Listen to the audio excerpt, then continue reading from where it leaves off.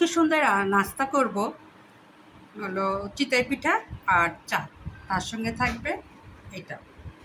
মেয়ে বাসায় ঢুকছে, ভাবলাম যে মেয়ে যখন আসতেছে একটু চিতই পিঠা বানাই নিই। প্রায় 4টা চিতই পিঠা বানাইছি আর 3 কাপ চা। আমি আছি, মেয়ে আছে আর আমার এক আপা আছে। এই 3জন 3 কাপ চা খাবো। পিঠা 6টা আছে, 2টা সরিয়ে রেখেছি ছেলের জন্য আর এই 4টা আমরা খাবো। তার সঙ্গে এইটা। আজকে বিকালকার সন্ধ্যা নাস্তাটা ভালোই হবে, কারণ মেয়ে এইমাত্র বাসায় ঢুকলো।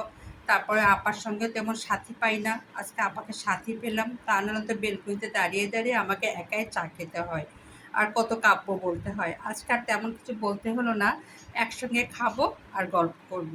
এই জন্য আমাদের 3জনের 3 কাপ চা। এটা হলো আপার, এটা আমার মেয়ের আর কালোটা আমার।